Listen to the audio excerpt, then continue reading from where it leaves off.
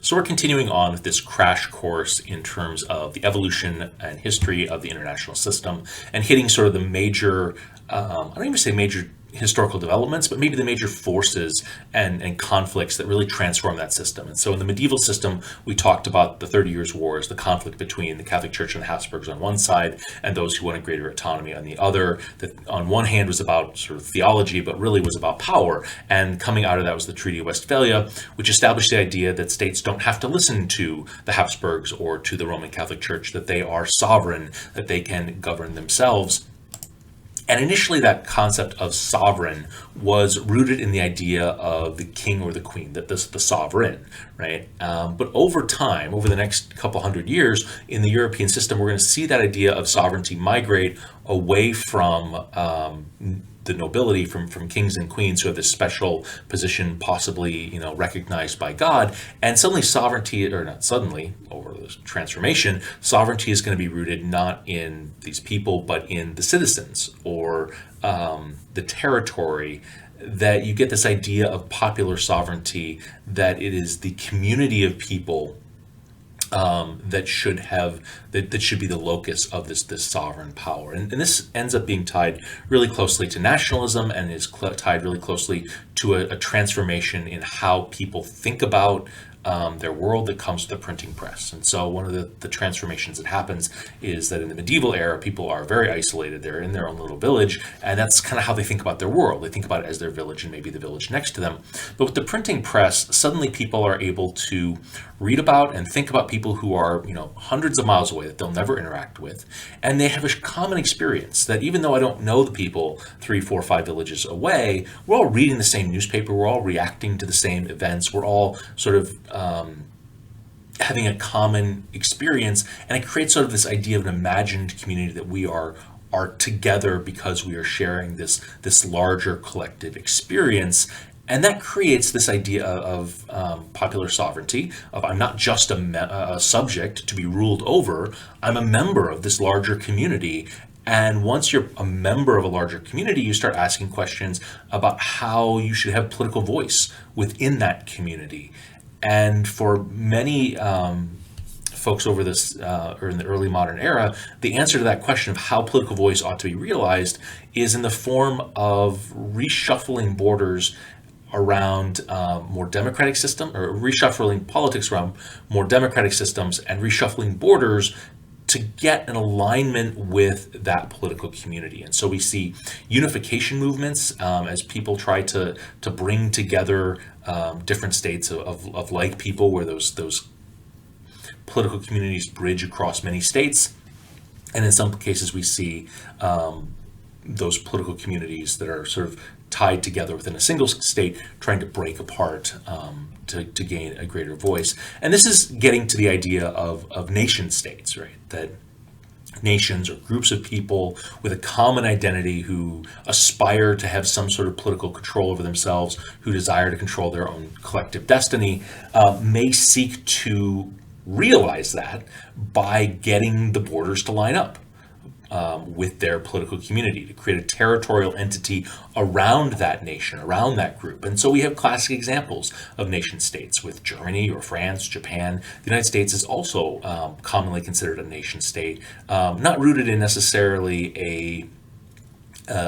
biological or an ethnic or a historical kind of this is our community, but in a ideal of the American Constitution and the principles of the Revolution, that embracing those brings you in as a member of this larger political community, and makes you part of this nation. So we get some states where that is sort of how or where we have nation states, but most states are not actually nation states. Most states don't get to this, I guess I'll call it an ideal, because for those who have sought to create a nation state, it is an alignment of a desire for the group with the politics. But in many cases, you have multiple different national communities living together within a common state and holding on to that national identity, not sort of binding it together into a new common merged national identity, but instead maintaining that idea that my group ought to have a political voice in some way. So in some places this works fine. In Canada, you have the English-speaking sort of Anglo population, and you have the French-speaking Quebecois population, and both have expressed a desire for political voice and control over their destiny, and that's handled with sort of the creation of strong federal states, where within Quebec, the Quebecois population has a degree of autonomy and authority over their affairs, and that works out pretty well. You can have multiple nations sharing a common state. Belgium, India are other examples where you get different national communities that try to make it work within a single set of territorial borders. Yugoslavia would be another example, although if you're looking for Yugoslavia on a map, it doesn't exist anymore because sometimes that process breaks down and people in their quest for political voice seek to break away. And so in the 1990s, Yugoslavia splinters into a variety of different states. Part of this transformation of popular sovereignty and the rise of nationalism comes with the French Revolution, where the French monarchy are overthrown, and this idea of popular sovereignty, that the population, the citizenry, is the source of authority, is kind of merged with nationalism. As the French Revolution goes on, and they're executing and killing off the remnants of the old order, the nobility, France gets attacked by the Habsburgs and the British, and the people of France rally together to defend the country and are able to defeat the Habsburgs and are able to hold their territory, which is kind of surprising and demonstrates that people fighting for their own country is a powerful military force. And France becomes a military juggernaut and essentially conquers the whole of the European continent, either militarily or diplomatically. Eventually that conquest of Napoleon is beaten back, but that process of the French Revolution and France's conquest of Europe does a couple things. One, it spreads the idea of popular sovereignty and weakens the old order. And two, it evokes sort of a counter reaction, that the experience of occupation fosters a nationalism in places like Germany, where there's a recognition of we are not French, that these are outsiders, that we are German, and that means something. And that common experience of occupation helps sort of jumpstart other nationalist movements across Europe, which is no small feat, because nationalism to create a German nation state is going to require a reshuffling and welding together of the entire sort of Central European order, and that has incredible consequences. And so we see unification movements in Germany and Italy, and then later in Yugoslavia, that try to weld together these various different states. And it's I'll make this larger so folks can fully appreciate it. These are the sort of Germanic states at the end of the 30 Years' War with the signing of the Treaty of Westphalia. To build that into a common German state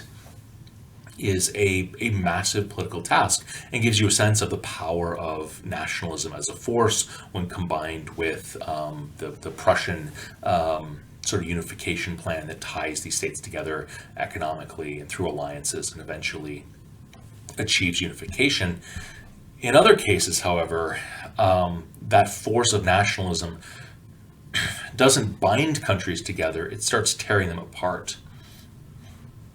And so multi-ethnic empires like the Ottoman Empire or like the Austro-Hungarian Empire come under tremendous pressure to try to accommodate these different national claims, and that ends up threatening the stability of the European system in general, which has been very much, I don't want to say under threat, but has been facing instability from the French Revolution through much of the 19th century, that there have been waves of revolution and that states are under constant pressure to transform, that monarchy is under pressure. And so during this period, states work together through what becomes known as the concert system to try to provide a level of stability on the European continent. So this stability comes in the form of trying to manage disputes over territorial claims, but also in terms of suppressing nationalist movements, in terms of suppressing, popular uprisings that might, start repeating the French Revolution's sort of slaughter of the monarchy. And at the heart of that concert system were the powerful states of Europe: Britain, France, Germany, Russia, the Austro-Hungarian Empire, Italy, and the Ottoman Empire. And for 100 or so years, they successfully manage the affairs and the conflicts within Europe. But as the Austro-Hungarian Empire weakens and as the Ottoman Empire weakens, new questions emerge about who's going to control that territory, and this ends up laying some of the seeds for World War I. I should also talk about the role of European colonization during this period, because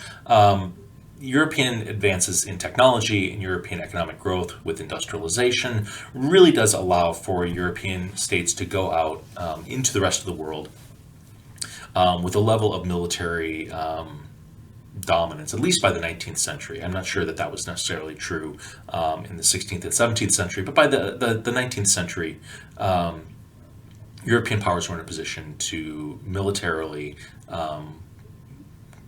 assert themselves across huge swaths of the planet, whether that's Africa or Asia. North and South America had sort of experienced a wave of colonialism before that, but there was also sort of a drive to do that the process of industrialization required raw materials coming in to support manufacturing and to support luxury for the rising middle class within European countries, but then also there's a desire for export markets, and so European states end up building these global empires over the course of the 16th, 17th, 18th, and then eventually 19th century, and end up competing over colonies and trading colonies back and forth to try to secure their own prosperity and to manage relations. And so just briefly looking at this, we can get a sense of the scale of European colonialism, where the British had colonial holdings in sort of North America, Australia, South Asia, and sort of a line running north and south through Africa. The French had a significant presence in West Africa as well as Southeast Asia, and the Western Hemisphere had been colonized previously by Spain and by Portugal, as well as by Britain and France. So there's these huge swaths of the planet that end up coming under European colonial control for periods of time. And it's worth, I think, highlighting two different patterns in which this plays out. So one is the New Europe's model, in which Europeans show up in fairly large numbers and essentially try to replicate the societies that they were leaving behind in Europe. This is sort of the model that gets used in North America and South America and Australia, where they're setting up agricultural economies and trying to farm or extract resources, and in the process end up pushing out or running into conflict with indigenous populations. So that's one model of colonialism that European states sort of pushed during this time period. But by the 19th century, a new model of colonialism emerges. This is really pioneered by King Leopold of Belgium in the Belgian Congo, what is now the Democratic Republic of Congo. In these environments, it was harder to set up sort of European agricultural practices. The climate just wasn't as accommodating for that. But Leopold and a group of private investors conclude that if they can get railroads built, they can use those railroads to extract